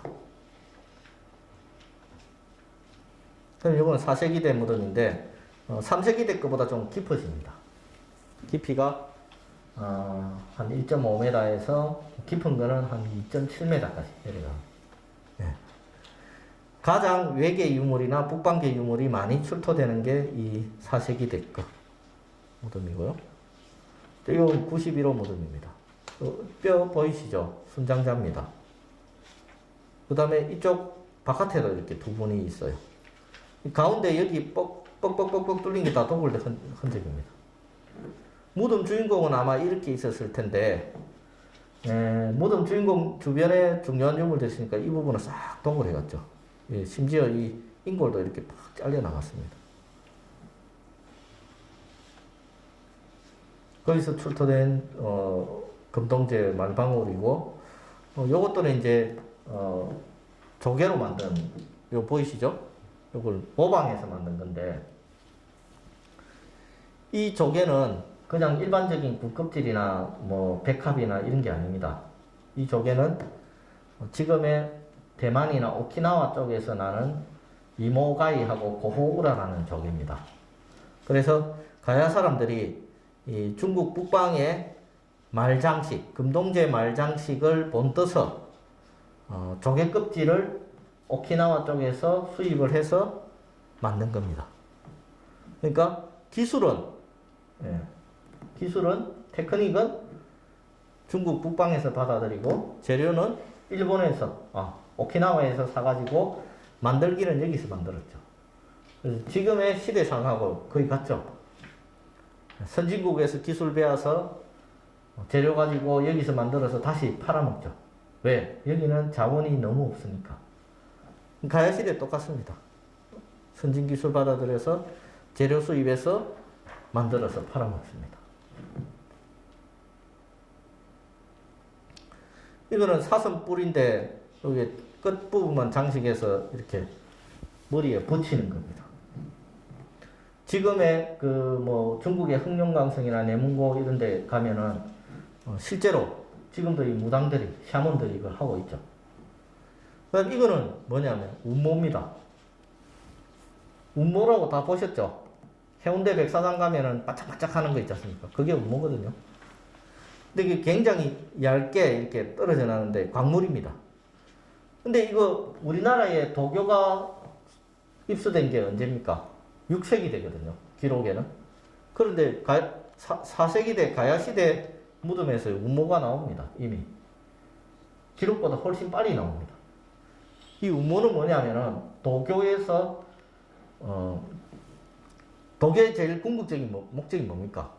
무병장수하는 거죠. 그래서 도닦아가 신선이 되는 건데 그 신선이 되기 위해서 선단을 합니다. 이렇게 돌을 닦는 것보다 그냥 약 먹어서 이렇게 영양을 먹어서 뭐 진시황처럼 무병장수할 수도 있고 또는 뭐 불로초 같은 거 들어보셨죠? 그처럼 영양을 먹어서 선약을 먹어서 하는 것 중에 있는데 그 중에 하나가 이 운모입니다. 약으로 썼던 게. 그래서 이거 들어와 있다는 거는 결국 도교가 그 기록보다 이전에 들어와 있었다는 걸 보여줍니다. 4세기 후반 되면은 무덤 바닥에 이렇게 사람 머리만한 돌을 쫙 깔고 무덤도 더 깊어집니다. 여기 철정이 있는데 왜 요것만 있느냐? 원래는 이렇게 쫙 다 있었죠. 싹 도굴되고 요 부분만 남은 겁니다. 도굴이 얼마나 극심했는지 여기도 마찬가지입니다. 다 도굴되고 여기 심지어는 돌까지 빼갔죠. 예. 그렇지만은 그 와중에 이제 청동 거울 하나 건졌습니다. 제가 대학 2학년 때 발굴한 겁니다. 자랑하려고. 네. 이것도 제가 죄송합니다. 이렇게 무덤이 쓴 데다가 또 쓰고 이렇게 됐습니다. 자, 여기도 원래는 철정이 이렇게 쫙 깔려야 되는데 싹 다 도굴되고 돌 틈 사이에 남은 유물들만 일부 발굴이 됐습니다. 네, 보시죠. 돌도 빼가고 여기 지금 녹슬은 흔적만 있었죠. 그 철정이 있었던 범위가 대략 이 정도 되는데 뭐 거의 안 남아있고 지금 도굴 다 돼버렸죠. 이런 데 마찬가지입니다.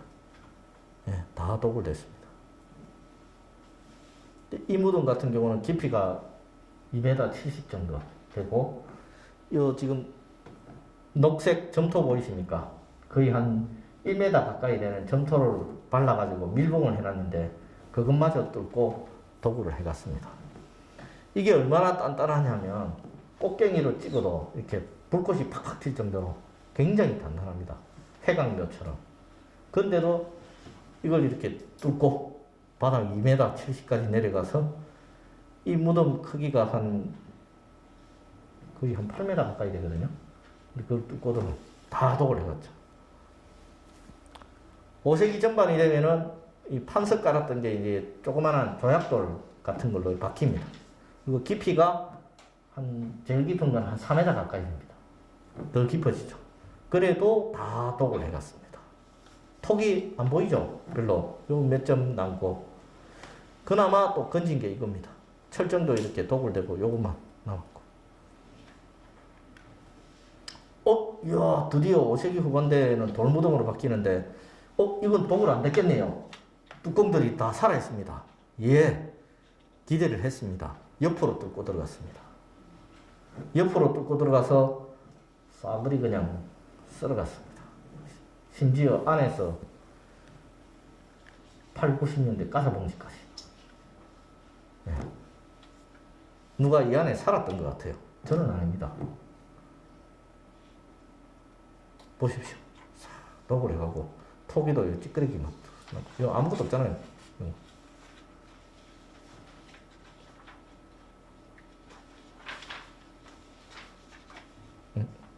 죄송합니다. 제가 손가락이 좀 고장이 나서. 그나마 건진 유물들. 그렇지만 이렇게 독을 거의 다 됐지만 그 중에 이제 건진 유물들 몇 점 있는데 그 중에 하나가 로만 글라스 편입니다.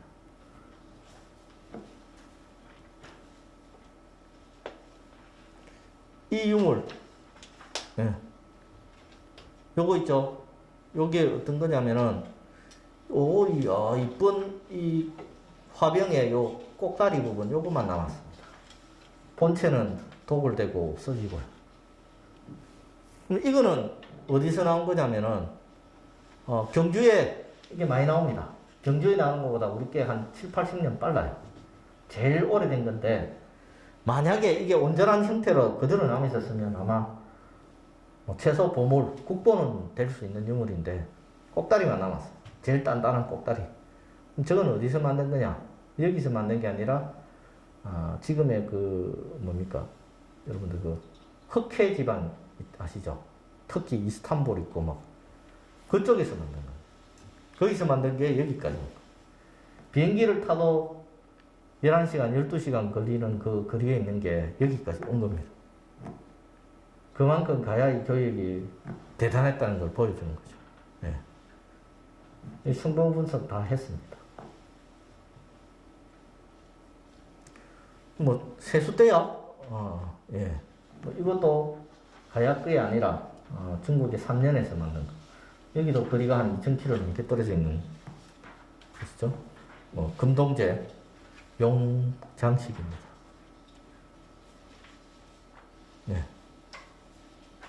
이거는 이제 마찬가지로 금동제 용무늬가 있는 허리띠 장식인데 이것도 원래 쫙 이렇게 계속 연결이 됩니다. 근데 다 독을 대고 요거만. 요거는 어디서 만든 거냐면 중원. 그 중국의 북방이 아니라 그야말로 중국의 센터 중원에서 만든 거. 비싼 거고. 이제 가야턱입니다.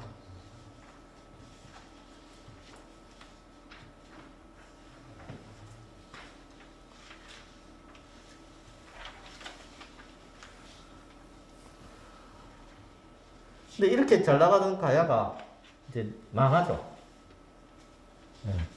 왜 망하느냐?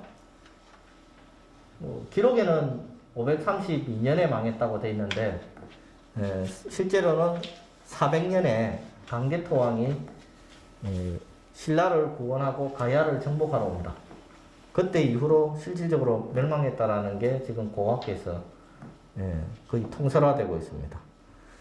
이런 가야의 풍습들 중에 보면은 이제 편두라는 게 있는데 애가 태어나면은 머리를 돌이나 판자 같은 걸로 이렇게 묶어버립니다. 한 번만 묶는 게 아니라 계속 묶은 상태로 애가 크죠. 그렇게 되면 어떻게 됩니까? 이게 머리가 납작해지죠. 그런 걸 이제 편두라고 하는데 그게 대승동 고분군 인골에서는 안 나옵니다. 그건 뭐냐? 지배계층은 그런 거 안 했다는 거죠. 이한리, 평민들의 무덤, 그 중에서도 남자는 없어요. 여성 인골에만 편두가 있는데, 뭐, 터키나 코카서스, 마야 지방 이런 데서도 있고, 심지어는 이 편두에 제일 오래된 건 어디냐면은 이집트 파라오입니다. 근데 이집트는 뭐 신에 버금가는 왕이 편두를 했는데 가야에는 신분이 낮은 사람이 하고 있죠.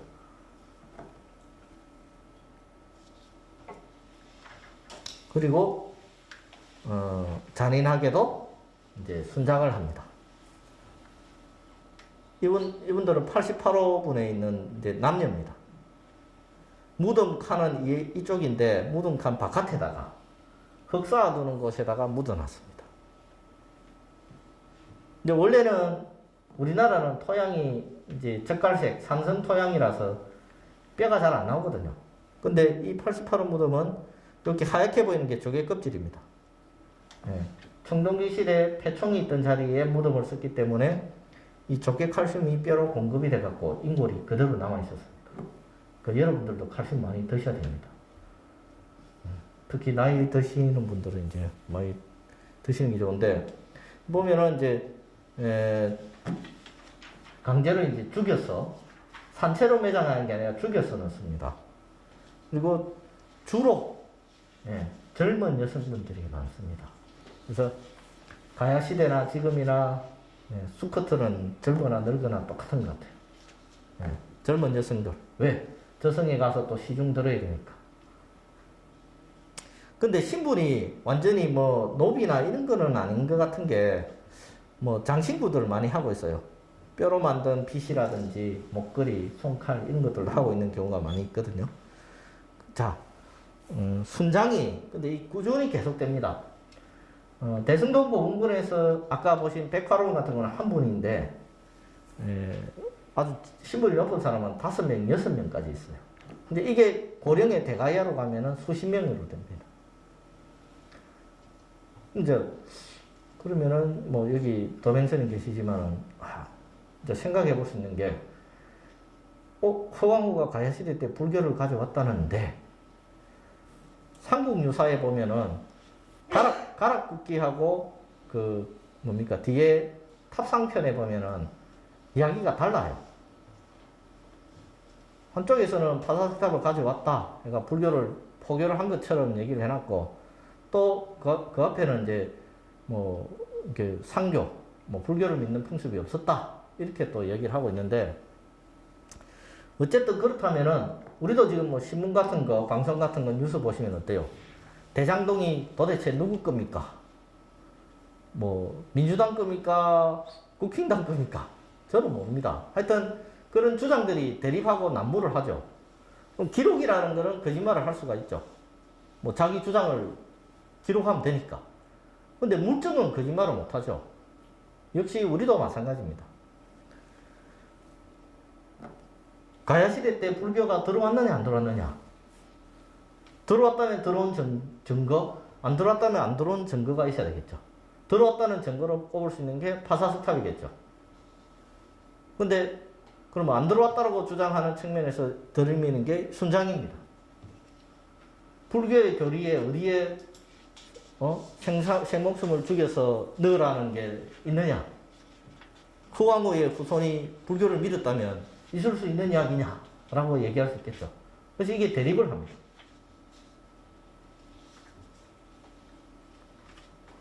그래서 어떤 게 더 보편적이고 더 논리적이고 합당한지는 뭐 더 연구를 해보고 여러분들이 판단하실 수밖에 없는데, 어쨌든 이런 것들이 상충이 된다. 예. 아까 그 두 분이 있었죠? 그 두 분 위에 또 한 분이 더 있었습니다. 이분은 화살 맞았습니다. 머리에 총 맞은 것처럼이 아니라 화살을 맞고 돌아가신 것 같아요. 할머니입니다. 할머니도 전쟁을 했는지 어쨌는지 모르겠지만 요 분 밑에 요쪽에 두 분이 더 있었습니다. 무덤 바깥이죠. 이런 걸 보면은 이게 뭔가 좀 그죠? 앞뒤가 안 맞는다. 그럼 그 실체는 뭐냐? 이런 걸 이제 저희들이 더 연구를 해봐야 되겠죠. 네. 여기 머리빗입니다.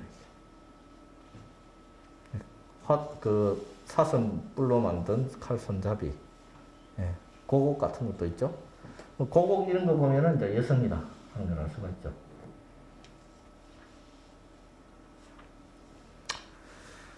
근데 이렇게 잘 나가게 된 가야가 망하게 된 게 뭐냐? 고각께서는 400년에 망했다라고 얘기를 합니다. 기록에는 532년이다. 어느 게 맞느냐?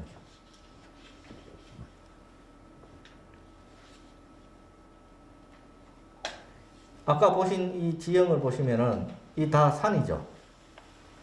가야의 천혜에 항구가 들어설 수 있는 원인이 이 이모산 때문입니다. 이제 남쪽에서 오는 풍랑을 막아주죠.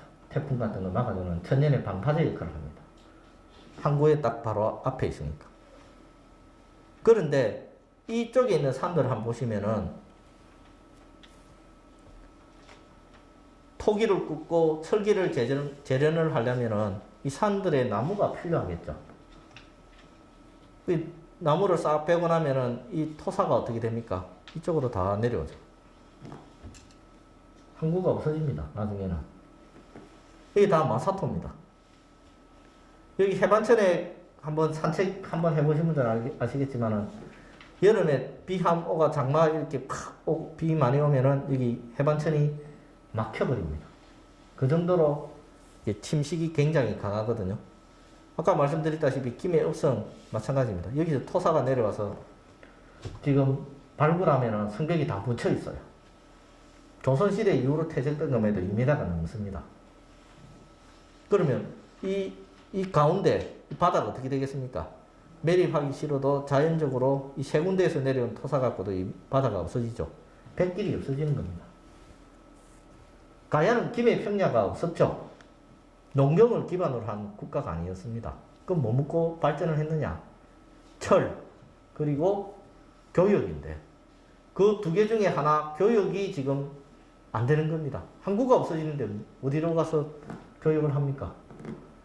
그게 가야가 멸망하게 된 이유 중에 하나가 아닌가 라고 생각을 합니다. 요거는 주천에 있는 원질이고 원군인데 가야에서는 거의 드물게 이런 큰 봉분이 있는 무덤입니다. 여러 개가 있습니다. 멸망 안 했네. 여기 남아있네요. 아닙니다. 다른 지역 거하고 비교하면 형편없이 작습니다. 그래서 이거는 가야 시대 때 최고 지배계층의 무덤이라기보다는 좀 중급 정도의 무덤이 아닌가라고 생각합니다. 위에서 찍은 물론 아시겠지만 다 도굴 됐습니다.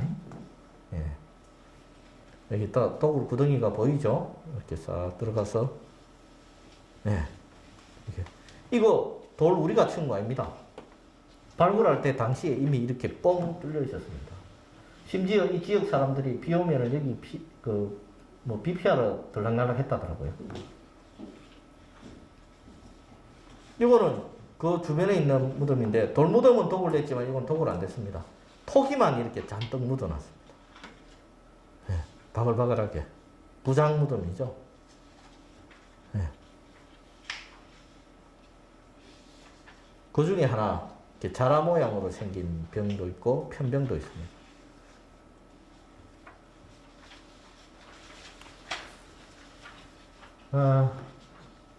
부끄럽지만 일본은 1907년도부터 김해에 발굴을 했습니다. 대승동 고흥군 발굴된 게 1990년이거든요. 그러니까 몇 년 앞섰습니까? 거의 80년 이상. 한일 합방도 되기 전이죠.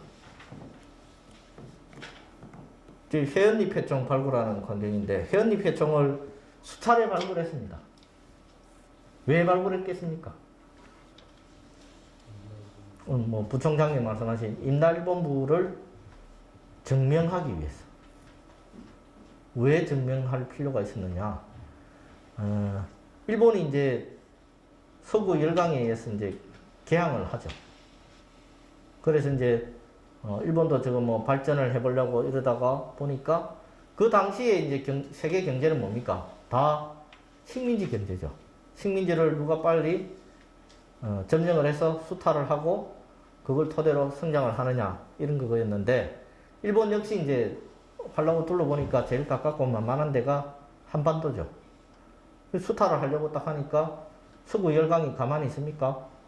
반대하죠. 특히 러시아. 일본 누구 왜 조선을 침략하려고 하느냐 하니까 일본이 내세운 게 그겁니다. 무슨 소리냐?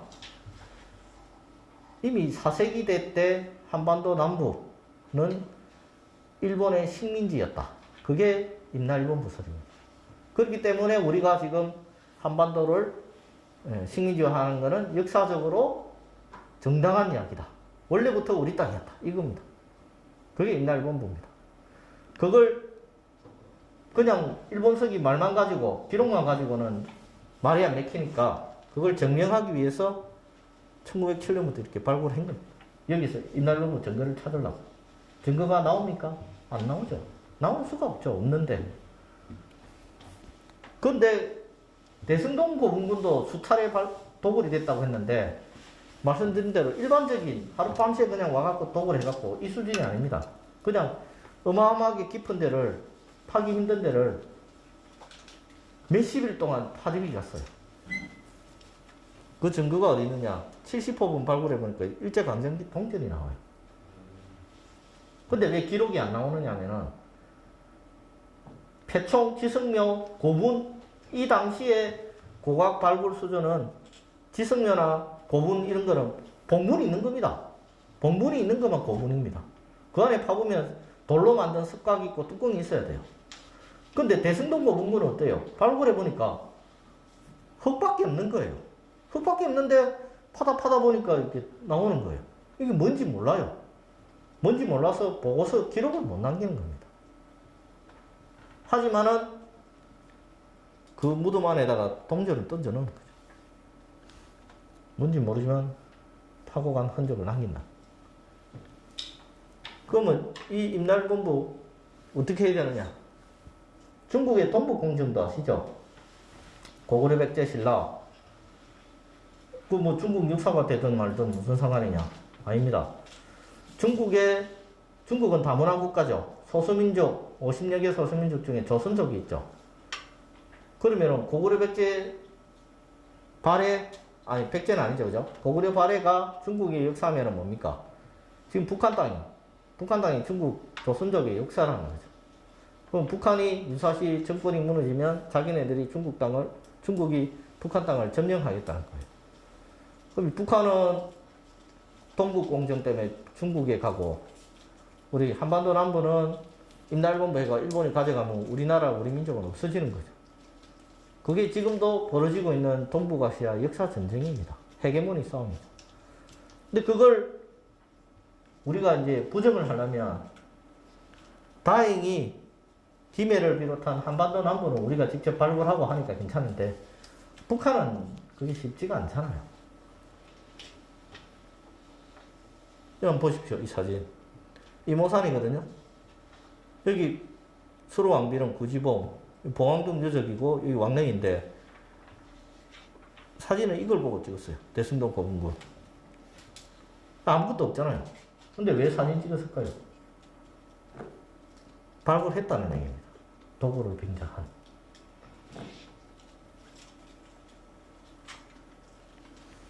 어쨌든 임나 일본부에 대해서 다시 한번 말씀드리지만은 공학 쪽에서는 그 누구도 단 한 명도 임나 일본부가 실제로 있었다, 그게 뭐 어떻다 저떻다 얘기할 사람 아무도 없어요. 증거가 없는데. 고각 발굴 백날 해봐야 아무것도 없는데 뭘 가지고 주장을 하겠습니까? 주장하는 사람 아무도 없습니다. 한국 학계에는. 그리고 제가 아는 일본 학계도 마찬가지입니다. 고각하는 사람들은 적어도 주장할 수가 없어요. 왜?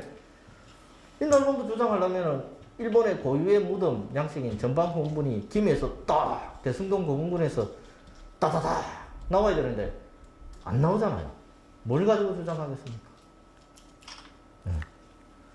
어쨌든 이런 그렇지만 일본은 아직까지 국정교과서나 이런 데는 아직 그 내용들이 그대로 남아 있습니다. 예, 일본도 굉장히 지금 우익화되어 가 있죠. 그런 측면에서 우리가 뒤지지 않기 위해서라도 뭐 꾸준히 이야기를 하고 또 주장을 해야 될 거로 생각이 됩니다. 예, 뭐 오늘 뭐 제 이야기는 아주 졸리고 재미없는 이야기였던 것 같은데 자 들어주셔서 고맙습니다. 예.